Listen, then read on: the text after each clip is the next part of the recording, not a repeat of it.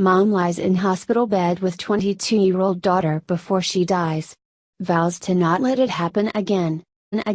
At first glance, 22-year-old Elena Dwory of Howell, Michigan, seemed to have a bright future ahead.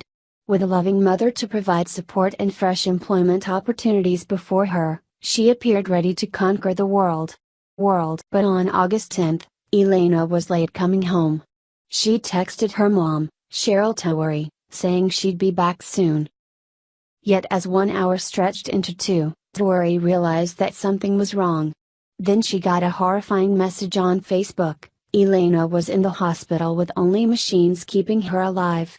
Dwory would later learn that her daughter had disappeared into a Burger King restroom around the time of her text and hadn't come back out. After almost half an hour had passed, employees found her passed out on the bathroom floor and beginning to slide into cardiac arrest. "She's my only daughter, my best friend," Dwory told WJBK. "She was supposed to start her new job today. Now she's on life support." Authorities suspect that Elena had introduced heroin laced with fentanyl into her system. Sadly, it didn't surprise Dwory.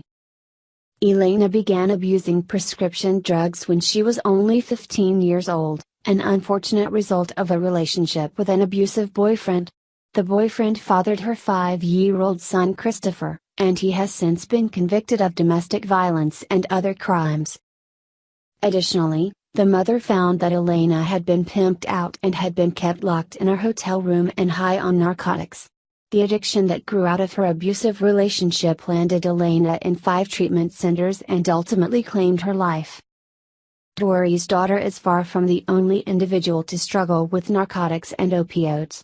According to the New York Times, overdose deaths jumped nearly 20% in 2016, making the leading cause of death for Americans 49 and younger. Fentanyl, a synthetic compound often added to heroin, has only made the rash of fatalities worse. Some estimate that it's 50 times more potent than heroin, and deaths due to the relatively new drug have spiked by 600% in the United States' largest cities.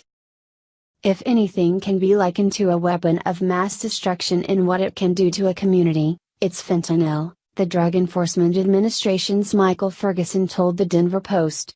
"It's manufactured death. That's a message Cheryl Dwory hopes she can get out to the wider world."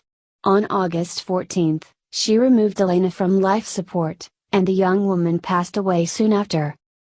Dwory also has a message for those dealing fentanyl: their days are numbered.